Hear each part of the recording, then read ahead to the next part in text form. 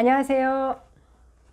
불의함으로 심판 아래 놓인 인류의 세 번째 이야기는 유대인의 불의함입니다. 앞장들에서 이방인의 불의함과 유대인이나 이방인이나 편견 없이 행한 대로 받게 되는 심판에 대해서 살펴보았습니다. 오늘은 율법과 할례를 가진 유대인에 대한 이야기입니다.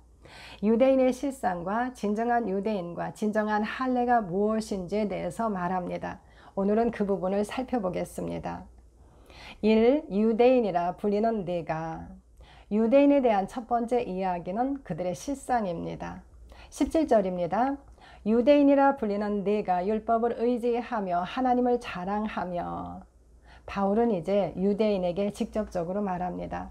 유대인이라 불리는 네가. 그렇다면 유대인은 누구입니까? 통상적으로 유대인 하면 이스라엘 사람으로 유대교를 중심으로 형성된 민족의 일원으로 생각합니다. 하지만 성경에서 유대인은 아브라함의 자손으로 하나님의 언약 백성을 의미합니다. 유대인들이 우리 아버지는 아브라함이라고 예수님에게 말하였던 것처럼 그들이 가진 아브라함의 자손의 자긍심은 대단한 것이었습니다. 그들의 조상 아브라함은 모든 인류 중 하나님으로부터 지명받아 하나님과 언약을 맺은 한 사람입니다. 아브라함의 복은 그 자손들의 것입니다. 아브라함의 언약은 우리가 간과할 수 없는 아주 중요한 위치에 있습니다. 아브라함에 대해서는 로마서 4장에서 의와 함께 설명됩니다. 그는 하나님의 벗으로 불리며 열국의 아버지가 되었습니다. 아브라함의 언약은 이삭에게로 야곱에게로 이어집니다. 야곱은 12아들을 축복할 때 실로 즉 메시아가 오시기까지 규가 유다에게서 떠나지 않을 것을 말하였습니다. 창세기 49장 10절. 이새의 아들 다윗이 왕이 되어 이스라엘을 통치하게 되므로 야곱이 말한 유다의 왕위는 시작되었습니다. 그리고 솔로몬 이후 유다 지파와 베냐민 지파로 이루어진 남유다와 나머지 지파들로 이루어진 북이스라엘로 나누어지게 됩니다.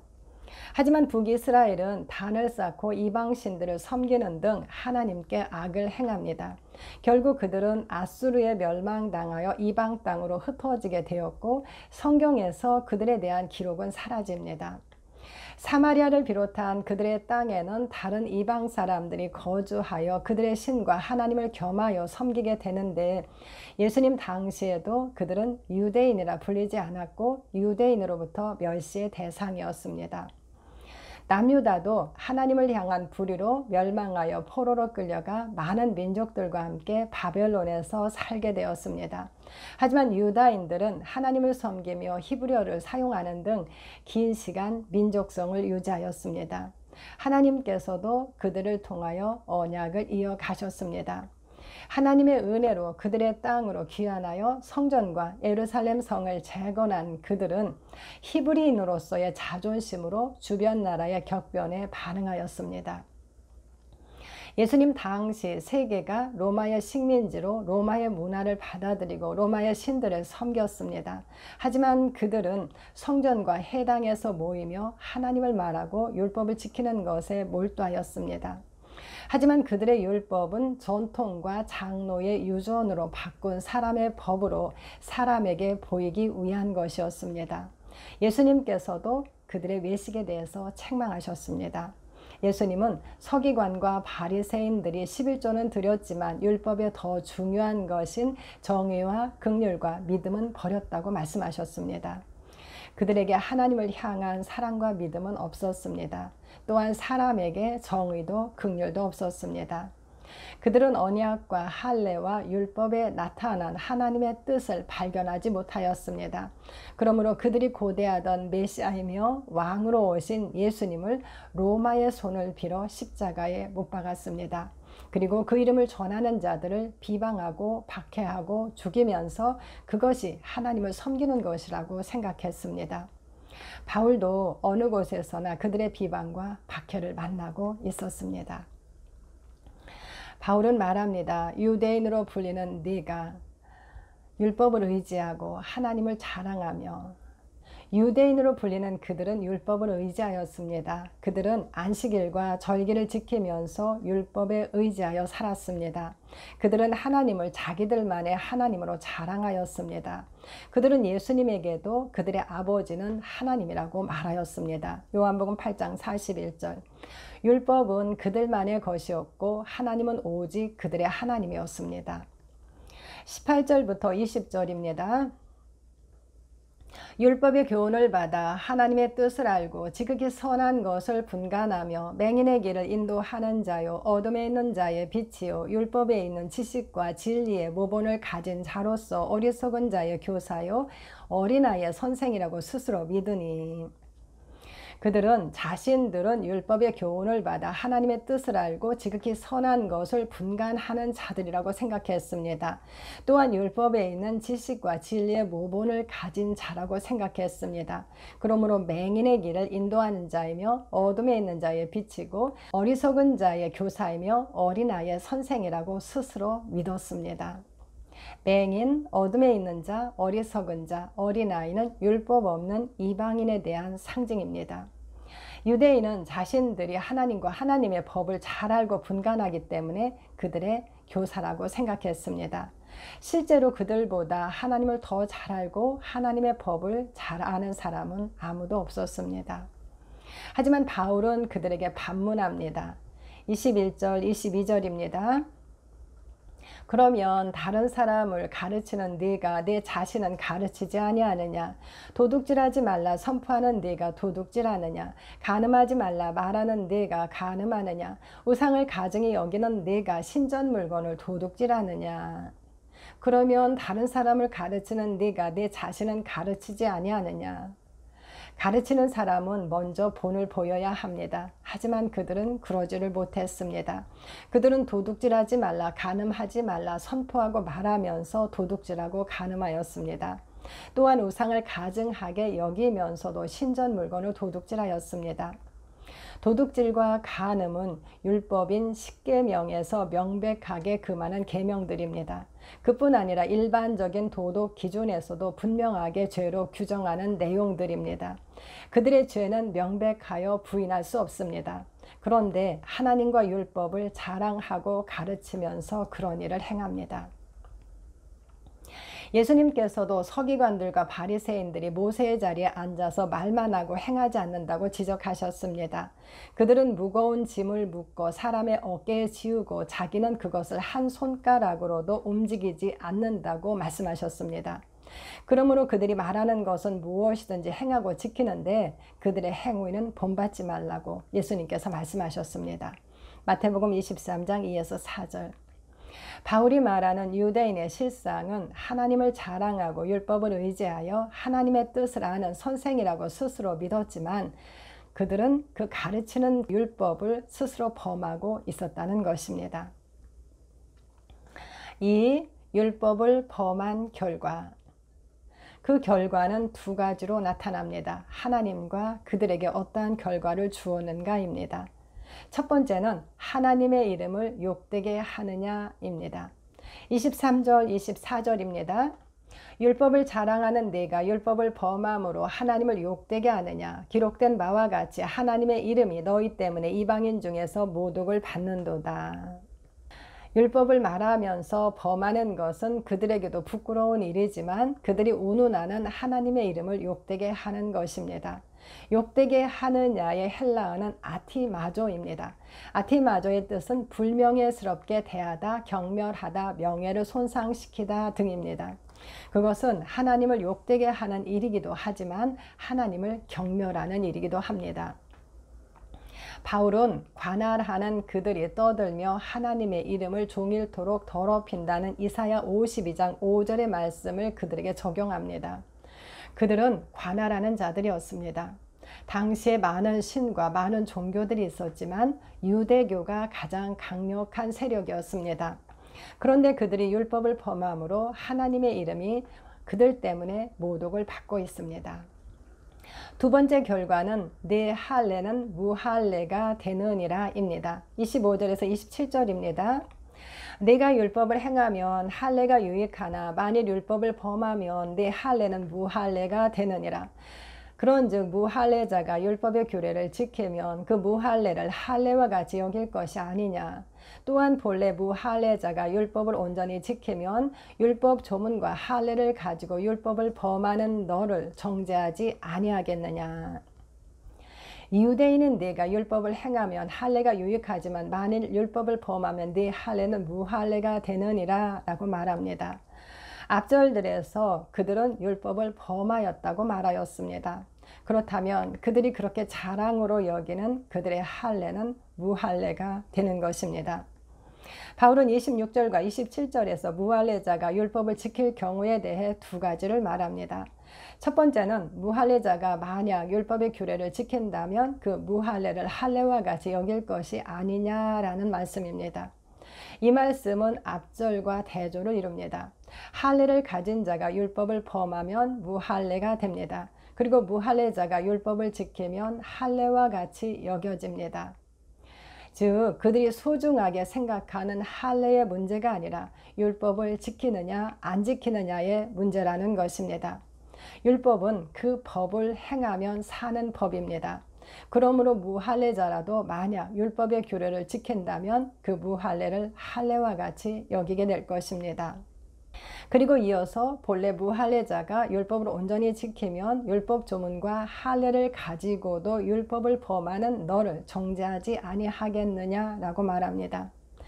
그들이 무할례자라고 죄인 취급하며 그렇게 무시했던 그들이 율법을 온전히 지킨다면 율법과 할례를 가진 그들을 오히려 정죄할 것이라는 말씀입니다. 이 말씀은 무할례자가 율법의 규례를 지킬 수 있다는 말씀이 아닙니다. 만약 율법 없는 그들이 율법을 온전히 지킨다면 율법을 가지고 있으면서도 지키지 못하는 너희를 정죄하지 않겠느냐라는 말씀입니다. 그들이 율법을 지켜서 유대인들을 정죄할 수 있다면 공의롭게 심판하시는 하나님께서도 그들을 정죄하실 수 있으십니다. 바울은 율법을 가진 유대인도 편견 없이 동일하게 행위에 따라 심판받을 것을 앞절들에서 말하였습니다. 그렇다면 유대인도 하나님의 진노의 심판을 피할 수 없을 것입니다. 이 부분을 좀 더 이해하기 위해서 아브라함의 할례와 모세의 할례에 대해서 살펴보겠습니다. 먼저 아브라함의 할례입니다. 창세기 15장에서 하나님은 아브라함에게 하늘의 별과 같은 자손을 약속하십니다. 그러자 아브라함은 그것을 믿었고 하나님은 그 믿음을 의로 여기셨습니다. 그리고 하나님은 아브라함과 언약을 맺으셨습니다.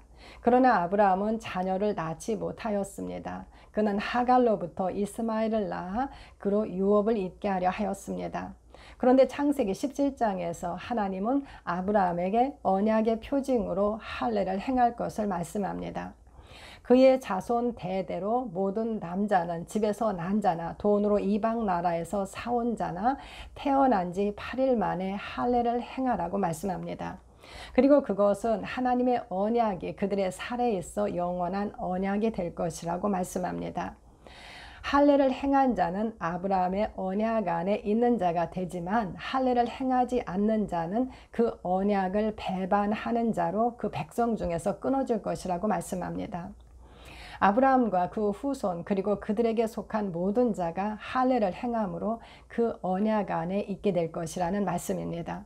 하나님은 아브람과 사레로 불리던 그들의 이름을 열국의 아비, 열국의 어미의 뜻을 가진 아브라함과 사라로 이름을 바꿔주십니다. 그들을 통하여 열국이 그 언약 안으로 들어가게 될 것입니다. 바울은 아브라함의 할례는 그가 무할례 시에 받은 의를 인친 것이라고 말하였습니다. 로마서 4장 11절 의로운 자라고 도장을 찍으신 것입니다. 즉 아브라함의 언약에서 할례는 의롭게 된 언약 백성임을 나타내는 표시였습니다. 아브라함의 언약은 하나님께서 홀로 이행할 의무를 말씀하신 언약이었습니다. 이제 모세 언약에서의 할례입니다. 하나님은 그 조상들과의 언약을 기억하시고 이스라엘을 애굽에서 이끌어내어 시내산에서 그들과 언약을 맺으셨습니다. 하나님은 돌판에 십계명을 기록하여 모세를 통해 이스라엘에게 주셨습니다. 그들은 아브라함의 육신의 자손으로 육신으로 지킬 율례와 계명과 규범들을 가지게 되었습니다. 그리고 이스라엘에서 태어나는 남자아이는 8째 날에 할례를 받으라고 말씀하셨습니다. 레위기 12장 3절. 여전히 이스라엘이 할례를 가진 것은 언약 백성임을 나타내는 증표이므로 그들은 할례를 중요하게 생각하였습니다. 그러나 아브라함의 언약과는 달리 모세의 언약은 조건부의 언약이었습니다. 할례를 가지고 있지만 그들이 율법을 지키면 축복을 받지만 율법을 어기게 되면 저주를 받게 되는 언약이었습니다. 즉 이스라엘과 맺은 언약에서는 율법을 지키지 않으면 그의 할례는 무할례와 같은 것이었습니다.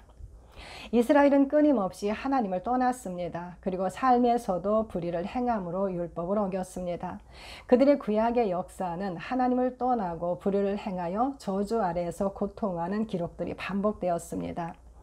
율법은 하나님의 법으로 절대적인 기준입니다. 또한 하나도 어기지 않고 계속 온전하게 지켜야 하는 법입니다. 그러므로 타락한 사람이 지킬 수 있는 법이 아니었습니다. 베드로는 그들도 그들의 조상들도 매지 못하는 법이라고 말하였습니다. 사도행전 15장 10절. 그런데도 이스라엘이 언약 백성으로 존속할 수 있었던 것은 후에 오실 예수 그리스도를 담보로 드려진 제사로 속죄가 이루어졌기 때문이었습니다. 할례를 가졌을지라도 율법을 범한 그들은 정죄의 심판을 받을 수밖에 없습니다. 그들에게 하나님의 의가 절대적으로 필요한 이유입니다. 3. 그렇다면 진정한 유대인과 진정한 할례는 무엇인가 입니다. 28절 29절입니다. 무릇 표면적 유대인이 유대인이 아니요 표면적 육신의 할례가 아니니라. 오직 이면적 유대인이 유대인이며 할례는 마음에 알지니 영에 있고 율법 조문에 있지 아니한 것이라. 그 칭찬이 사람에게서가 아니요 다만 하나님에게서니라. 바울은 무릇 표면적 유대인이 유대인이 아니고 오직 이면적 유대인이 유대인이라고 말합니다. 표면적, 즉 보이는 유대인은 육신으로 아브라함의 후손인 이스라엘 사람들입니다. 그런데 그들이 유대인이 아니라고 말합니다. 그리고 표면적 육신의 할례가 아니라고 말한 그는 할례는 마음에 할 것이라고 말합니다. 또한 그것은 영에 대한 것이고 율법 조문에 대한 것이 아니라고 말합니다. 마음에 하는 영의 할례에 대해서 말합니다. 그러므로 칭찬은 사람이 아니라 하나님에게서입니다. 이면적 유대인과 마음의 할례에 대해서 살펴보겠습니다. 먼저 이면적 유대인, 진정한 유대인은 누구입니까? 입니다. 갈라디아서 4장 22에서 24절입니다. 아브라함에게 두 아들이 있으니 하나는 여종에게서 하나는 자유 있는 여자에게서 낳았다 하였으며 여종에게서는 육체를 따라 낳고 자유 있는 여자에게서는 약속으로 말미암았느니라. 이것은 비유니 이 여자들은 두 언약이라. 아브라함에게는 두 아들이 있습니다. 육체를 따라 난 이스마엘과 약속을 따라 낳은 이삭입니다. 그리고 그들을 낳은 두 여자는 두 언약이라고 말합니다. 옛 언약과 새 언약은 아브라함의 언약으로부터 나옵니다. 이스라엘과 맺은 언약은 육체를 따라 맺은 언약입니다. 예수 그리스도의 피로 맺은 언약은 약속으로 말미암아 맺은 언약입니다. 이스라엘은 육신을 따라 낳았고 약속의 자녀는 성령으로 낳았습니다. 바울은 이어서 말합니다. 성경이 무엇을 말하느냐? 여종과 그 아들을 내쫓으라. 여종의 아들이 자유 있는 여자의 아들과 더불어 유업을 얻지 못하리라 하였느니라. 갈라디아서 4장 30절. 육신으로 아브라함의 자녀인 표면적 유대인은 영으로 아브라함의 자녀인 이면적 유대인과 함께 유업을 얻을 수 없습니다.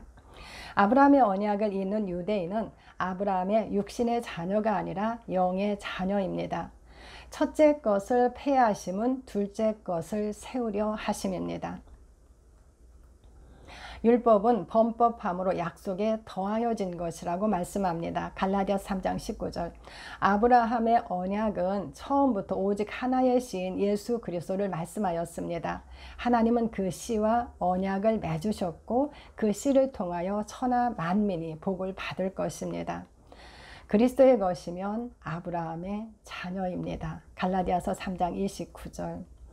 그러므로 진정한 유대인은 새 언약의 백성임을 알 수 있습니다.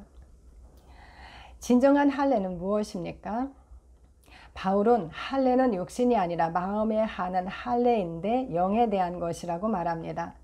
이스라엘에게 율법을 전한 모세는 그들에게 마음의 할례를 행하고 목을 곧게 하지 말라고 말하였습니다. 신명기 10장 16절. 하나님은 에레미야에게 모든 민족은 할례를 받지 못하였고 이스라엘은 마음의 할례를 받지 못하였다고 말씀하셨습니다. 에레미야 9장 26절. 그러나 모세는 이스라엘이 언약을 버리고 다른 신을 따라 섬김으로 율법의 저주대로 각 나라에 던져진 후에 하나님께서 마음에 할례를 베푸실 것을 말하였습니다. 신명기 30장 6절. 하나님께서 베푸시는 마음의 할례입니다. 에스겔 36장 25에서 27절입니다. 맑은 물로 너희에게 뿌려서 너희로 정결하게 하되 곧 너희 모든 더러운 것에서와 모든 우상 숭배에서 너희를 정결하게 할 것이며 또 새 영을 너희 속에 두고 새 마음을 너희에게 주되 너희 육신에서 굳은 마음을 제거하고 부드러운 마음을 줄 것이며 또 내 영을 너희 속에 두어 너희로 내 율례를 행하게 하리니 너희가 내 규례를 지켜 행할지라. 새 언약의 말씀입니다. 먼저 하나님께서 맑은 물로 모든 더러운 것과 모든 우상 숭배에서 우리를 정결하게 하실 것을 말씀합니다. 그리고 우리 속에 새 영을 두고 새 마음을 주실 것인데 우리 육신에서 굳은 마음을 제거하고 부드러운 마음을 주실 것을 말씀합니다. 이것이 마음의 할례입니다. 굳은 마음을 제거하고 부드러운 마음을 주시겠다고 하십니다. 하나님께서 하시겠다고 말씀합니다.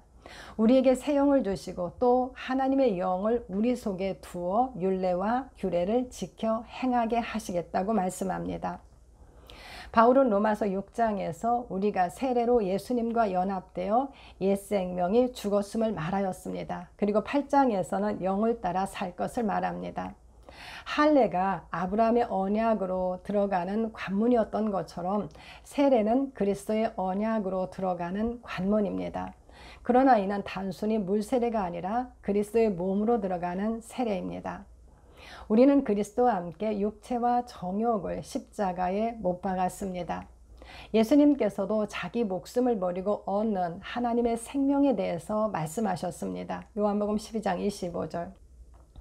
성령으로 봉사하고 그리스도 예수로 자랑하고 육체를 신뢰하지 아니하는 우리가 곧 할례파라고 바울은 말하였습니다. 빌립보서 3장 3절. 참 할례는 손으로 하는 육신의 할례가 아니라 마음의 할례로 육의 몸을 벗어버리는 그리스도의 할례입니다. 골로새서 2장 11절. 하나님께서 아브라함과 이스라엘에게 말씀하신 육체의 할례는 하나님께서 그분께 반역하는 육신을 제거하시는 마음의 할례에 대한 상징이었습니다. 바울은 그들이 유대인이라 자랑하지만 보이는 그들이 아니라 보이지 않는 유대인이 진정한 유대인이라고 말합니다. 유대인에 대해서 예수님께서 계시록에서는 자칭 유대인이라 하지만 아닌 자들이라고 하였습니다. 뿐만 아니라 그들은 사탄의 해당이라고 말씀하셨습니다. 그리고 그들이 가진 육신의 할례가 진정한 할례가 아니라 보이지 않는 마음의 할례가 진정한 할례라고 말합니다. 그렇다면 그들이 가진 할례는 무할례와 같이 아무것도 아닌 것이 됩니다. 그들은 아브라함의 영적인 축복과 아무 상관이 없는 사람들입니다. 그러므로 바울은 말합니다. 할례나 무할례가 아무것도 아니로되 오직 새로 지으심을 받는 것만이 중요하니라. 갈라디아서 6장 15절. 그들에게도 하나님의 의는 절대적으로 필요합니다. 감사합니다.